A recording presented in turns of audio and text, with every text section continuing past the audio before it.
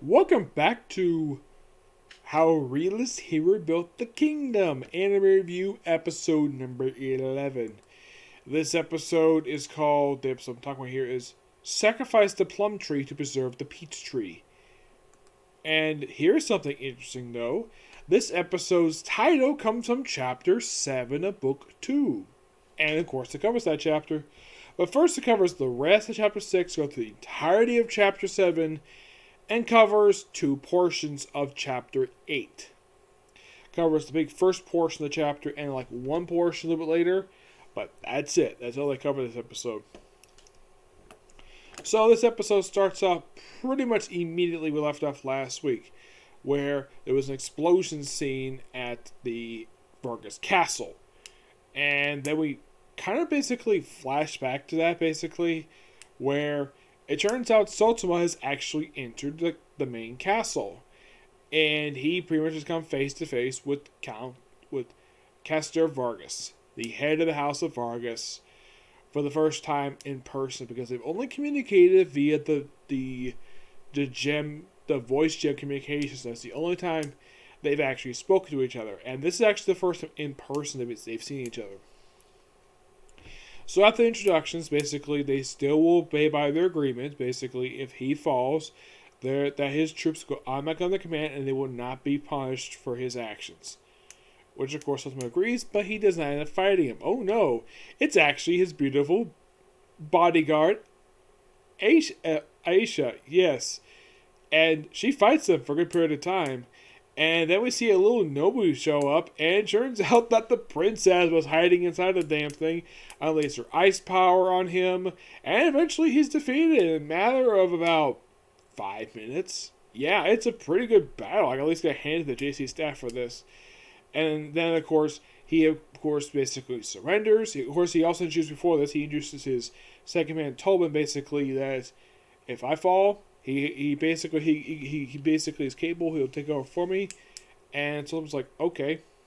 And he, of course, basically, because he surrenders, he pretty much gets a slave collar put on him. Yes, an actual slave collar. And this be going into several people in the episode. Only about 3 people were shown have this thing put on them per se. The rest are shown off screen, which, yeah, I'm kind of glad the fact they didn't show this on screen, because this would be very inappropriate. I will get to that. So Carla comes in, busts in the window, and of course she has no choice but to surrender, ordered by her own father to surrender. She, of course, put the slave collar on her. She, of course, is later brought with Sotoma to go meet with the actual army, with George.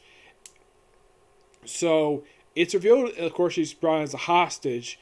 Now there's mention of her becoming a concubine, which is actually slightly different dialogue what he was mentioning in the actual book itself. You see, she was basically, there was thought of making her a secondary queen. Yes, a secondary queen. Despite the fact that, well, he later decided to pass on that. And, of course, if he does something like that, for somebody who actually voted against him, it will look bad in front of people. He does not want that at all. So basically, it keeps her prisoner. By the way, she does play a minor role after this particular book wraps, like, after the events of book 2. She does still pop up in the series, per se, still with the collar around her neck, and she has to work for Sotoma. As far as I know, it's never removed. Her father's is removed, but hers, no. Though, of course, Castor himself is basically, they of course, well, do receive some punishment, but they don't get killed per se. But I think in the case of, now, I'm spoiling this because I've read book 3, and the thing is, I think the reason why the Sotoma doesn't execute her for rebellion is because, well, she's friends with Sia, and probably because also she's Excel Waters, one of her grandchildren. Because she's actually very unhappy if she executed one of her grandchildren. But that's from book 3. The only reason why I know that because I read the book, so I can actually spoil it. So, indicates basically where they go next. They of course take another ship, not the Alba per se, it's a different flying ship, and of course with the Air Force under his command, with Tolman basically becoming the actual admiral, and of course after the conversation, then of course they arrive at, of course, the actual fort they kind of flashback to like from last week's episode. This basically kind of explains of how the Wayward is able to work for them now. So they touch down, of course. Sultama basically gives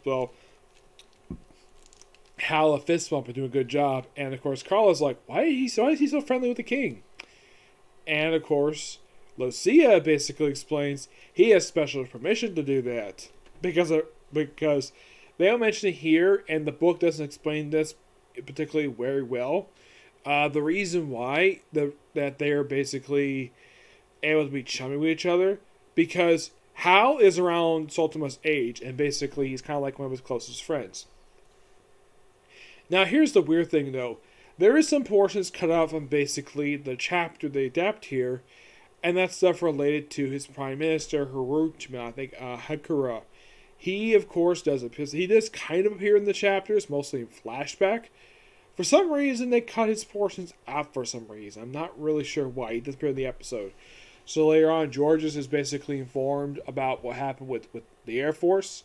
So basically, he surrenders. And of course, the corrupt nobles basically are not happy with this.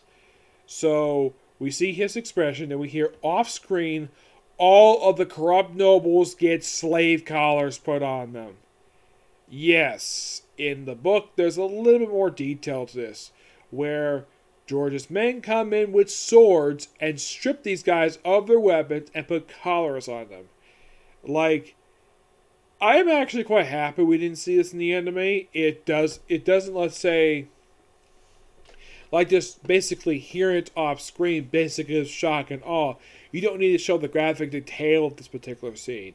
And I gotta give praise for JC staff not showing this because the way it's described in the book, yeah, it's kind of creepy seeing this. Basically seeing like a half a dozen guys put slave collars on them. And of course, Beowulf is basically informed about Sultan's receiving his surrender, but he does not come to Castle Randall. He goes off to basically a different place, goes off to Randall. And of course, well, George is basically, because he's surrendered, he pretty much has Beowulf put the slave collar on him. And then, of course, well, then he also brings out a bottle that he was going to give the princess on their wedding day because the fact he feels he's not going to make the wedding day, probably because what he did. And then, of course, we have a really awesome one in the episode. We then see, finally, the Prince of Armenia, where they're basically about to go attack the city of Randall, and then they see Excel Water. Now, in the book, basically, it's somebody else who points out this is Excel Water. In the anime, it's Gallus himself.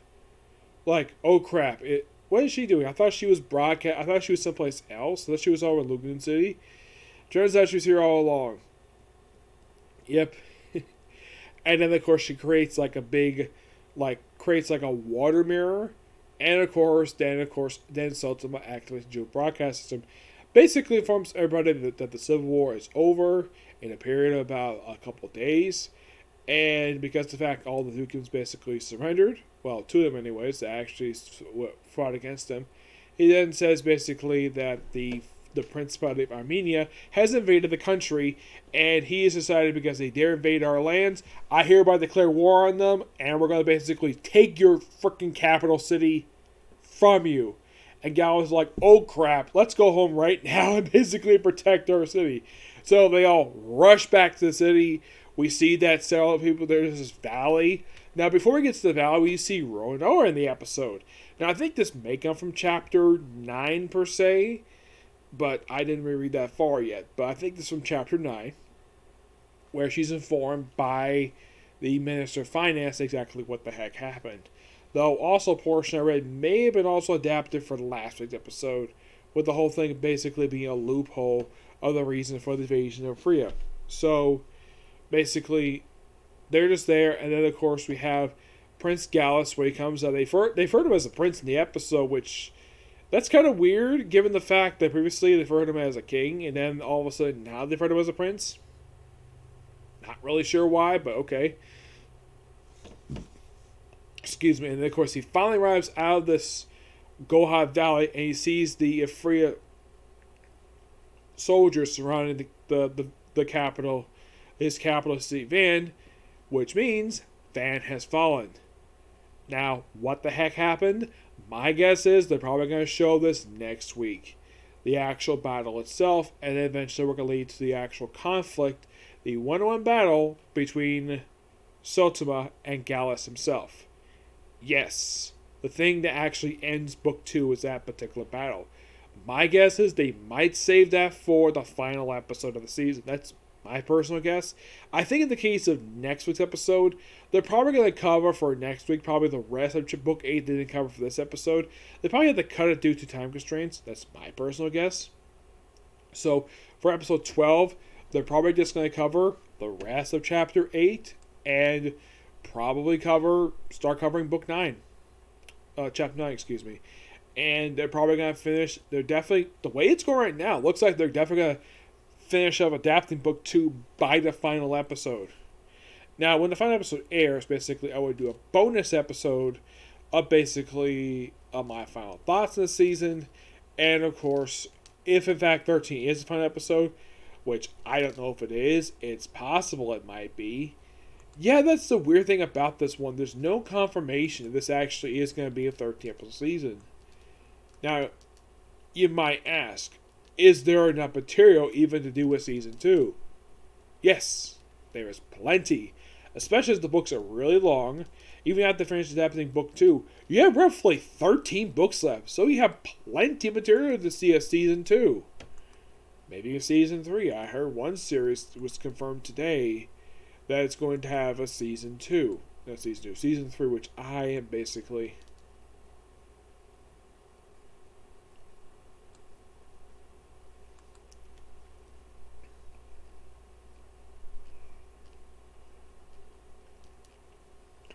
which I'm definitely looking forward to whenever, like, if they announce any updates for late this season. As far as I can tell, there's been no announcement about season 2. I'm hoping there is, but as for when in the world the season's supposed to end, yeah, there's been, like, no announcement as far as I can tell of, like, how many episodes. Oh, it's going to be around for 13 episodes. Okay. So, yes, we definitely do have 2 more episodes left. Yeah, apparently it was announced like 2 months ago. I probably didn't notice this at all. That 13 episodes. I'm like, okay. So we're probably gonna have basically like just 2, like I said, 2 more episodes. And let's see here. Yeah, I'm looking at basically the release dates for this thing. It's kind of weird. Of like, yeah. So, yeah, not much I'll say about this episode. It's really good. And I'm definitely looking forward to the next week's episode. Okay, so that's it for Cycle Review. 2 more videos to go today, and I might do one more. It depends. My next anime I'm going to cover is going to be the next episode of the case study of Bantaz. Okay? Next video. Bye.